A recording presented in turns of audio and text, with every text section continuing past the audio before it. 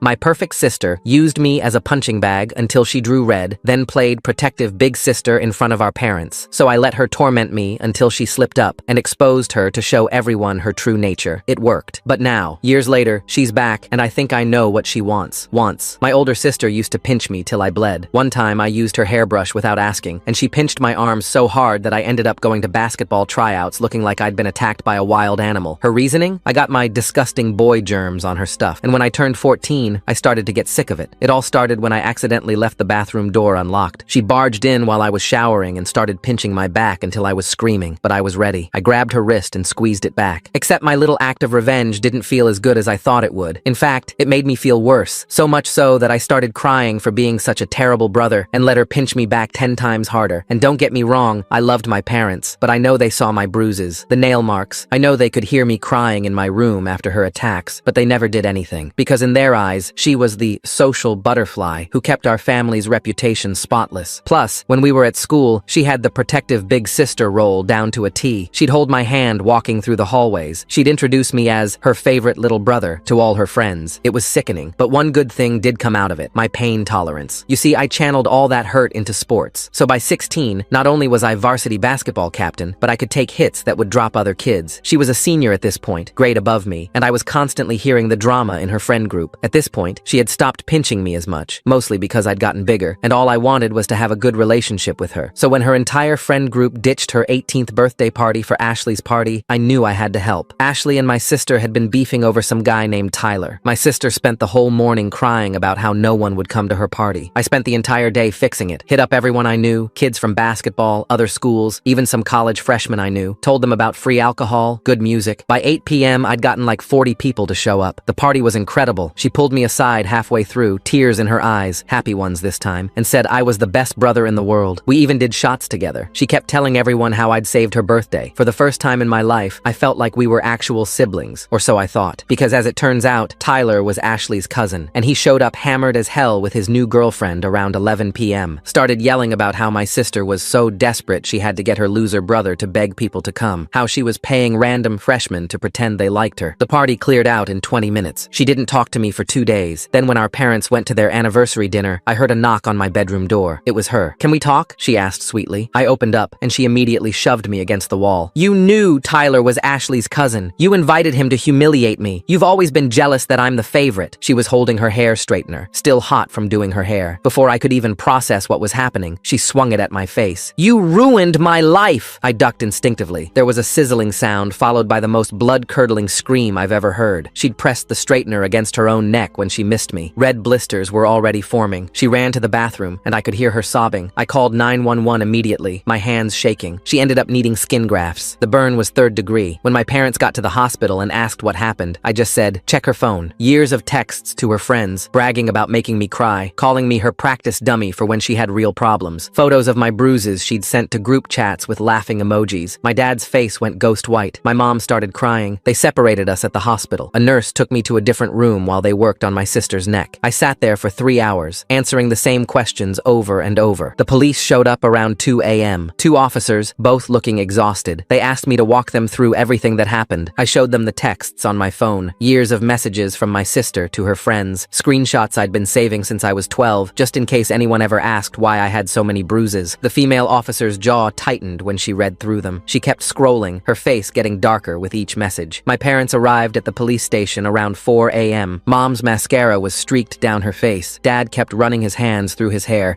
making it stick up in weird directions. They wouldn't look at me. The detective assigned to our case was named Catherine. She had kind eyes but asked hard questions. She wanted to know about every incident I could remember, every pinch, every bruise, every time my parents saw what happened and did nothing. I told her about the basketball tryouts, about the shower incident, about how my sister would smile at school assemblies while digging her nails into my arm under the table. Catherine wrote everything down in a small notebook. Child Protective Services got involved the next morning. A social worker named Nicholas came to interview us at home. He was younger than I expected, maybe late 20s, with a gentle way of speaking that made me want to tell him everything. My sister came home after 2 days in the hospital. Her neck was wrapped in white gauze. She couldn't turn her head without wincing. The doctors said she'd need multiple surgeries. The scarring would be permanent. She moved into our guest room. Mom took time off work to help her with the bandage changes. I could hear them talking softly through the walls. Sometimes my sister would cry, not the fake tears she used to manipulate people, but real, painful painful sobs. Nicholas visited twice a week. He'd talk to each of us separately, then together as a family. My parents had to attend mandatory counseling sessions. The court ordered it. They went every Tuesday and Thursday, coming home with red eyes and tight lips. School was weird. Word got out about what happened, though the details were fuzzy. Some kids thought I'd attacked my sister. Others heard she'd hurt herself. Ashley actually approached me in the hallway one day, looking uncomfortable. Tyler feels bad about what he said at the party, she mumbled. He was hammered. He didn't mean to start all that. I just nodded. What else could I say? That his drunken rant had triggered the worst night of my life? That my sister was scarred forever because of a stupid birthday party? Basketball practice became my escape. Coach pulled me aside after the first practice back, asked if I needed time off. I told him I needed to play more than ever. He understood. Let me stay late, shooting free throws until the janitor kicked us out. My sister started physical therapy 3 weeks after the incident. The burn had damaged some nerves. She had trouble moving her neck certain ways. I drove her to appointments because our parents were at work. We'd sit in silence during the 20-minute drive. One day, she spoke up. I know you hate me. I gripped the steering wheel tighter. I don't hate you. You should. Her voice was flat. I've been horrible to you. I didn't know what to say. Part of me wanted to agree, to list every terrible thing she'd done, but seeing her struggle to turn her head, watching her wince when the physical therapist stretched her neck, unalived that impulse. Catherine called a family meeting 6 weeks after the incident. She brought another social worker, an older woman named Kathy, who specialized in family trauma. They sat us all down in our living room. We need to discuss long-term plans, Catherine said. The criminal investigation is ongoing, but we need to focus on healing as a family. My sister had to complete anger management classes, court-ordered, like our parents' counseling. She went every Monday evening. I'd see her workbooks sometimes, left on the kitchen counter. Pages of exercises about identifying triggers and managing emotions. The investigation revealed more than anyone expected. Catherine had interviewed my sister's friends. Several admitted they'd been uncomfortable with how she treated me. One girl, Kat, had even saved screenshots of particularly cruel messages, planning to show someone but never following through. My parents had to face hard truths. The social workers didn't sugarcoat anything. They'd failed to protect me. They'd enabled my sister's behavior. Dad broke down during one session, admitting he'd always known something was wrong, but didn't want to believe his daughter could be abusive. 3 months passed. My sister's bandages came off, revealing angry red scars across her neck. She started wearing turtlenecks and scarves, even in warm weather. Her friends visited less and less. The popular girl who'd ruled the school became someone people whispered about in the halls. We ate dinner together every night now. Another court requirement. Supervised family time. Nicholas or Kathy would sometimes join us, observing our interactions. The conversations were stilted, careful. We talked about safe topics, weather, sports, TV shows. One evening during dinner, my sister dropped her fork. The clatter made everyone jump. She bent to pick it up, then froze halfway down, her hand going to her neck. The scar tissue didn't stretch the same way normal skin did. I got up to help, but she waved me off. I've got it. Her voice came out strained. She managed to grab the fork, but when she straightened up, tears were streaming down her face. Mom reached for her, but my sister pulled away. Don't. Just don't. She left the table, her food untouched. We heard her bedroom door slam. Nicholas made a note in his folder. He always had that folder during our dinners. Never said much, just observed and wrote things down. The next morning, I found my sister in the kitchen at 5 a.m. She was trying to make coffee, but couldn't tilt her head back enough to see if she'd filled the pot properly. Water was everywhere. Let me help, I said. She stepped aside without arguing. That's when I noticed the bruises on her arms. Fresh ones, purple and yellow marks that looked like fingerprints. What happened to your arms? She pulled her sleeves down. Nothing. I just bruised easily now. The medication makes my skin sensitive. But I recognized those marks. I'd worn enough of them to know what they looked like. Someone had grabbed her, hard. At school that day, I saw her ex-best friend Mia cornering her by the lockers. Mia was gesturing aggressively, getting in my sister's face. My sister just stood there, taking it. The girl who used to rule the hallways with an iron fist now couldn't even defend herself. I walked over. Everything okay here? Mia turned on me. Oh look, the victim's here to save his psycho sister. How sweet. We're leaving, I said, guiding my sister away. In the car after school, she finally broke. They all hate me. Every single person at school thinks I'm a monster. Mia grabbed me yesterday, said I deserved worse than some scars, said she wished the straightener had hit my face instead. I didn't know how to respond. Part of me understood their anger. My sister had hurt a lot of people over the years, not just me, but seeing her like this, broken and afraid, made my chest tight. Catherine scheduled an emergency session that week. She'd gotten reports from the school about escalating harassment. My sister sat hunched in her chair, looking smaller than I'd ever seen her. We need to discuss alternative schooling options, Catherine said. The current environment isn't conducive to healing. My parents exchanged looks. Mom spoke first. We can't afford private school. There are online programs, Catherine suggested. Or we could look into transferring to Westfield High across town. My sister shook her head. I have 3 months left. I can handle it. But she couldn't. The next week, someone spray-painted abuser across her locker. The janitor tried to clean it off, but you could still see the ghost of the letters. She started eating lunch in the nurse's office. I tried to help where I could. Walked her to classes when our schedules aligned. Sat with her at lunch when the nurse wasn't available. My basketball teammates didn't understand. understand. Why are you protecting her? Jake asked during practice. After everything she did to you? I missed my free throw. She's still my sister. She's getting what she deserves, another teammate said. Coach overheard and made the whole team run suicides. We don't kick people when they're down, he said. That's not what this team is about. But the damage was spreading. Our parents started fighting more. I'd hear them in their bedroom at night, voices raised. Mom blamed Dad for ignoring the signs. Dad blamed Mom for babying my sister. Both of them blamed themselves. One night, I heard a crash from their room. I found Dad sleeping on the couch the next morning. He'd been there ever since. Nicholas increased his visits to 3 times a week. The court was monitoring our family closely. There was talk of extending the supervision period. My parents had to submit weekly reports about our progress. My sister's physical therapy wasn't going well either. The therapist said she was developing compensatory movement patterns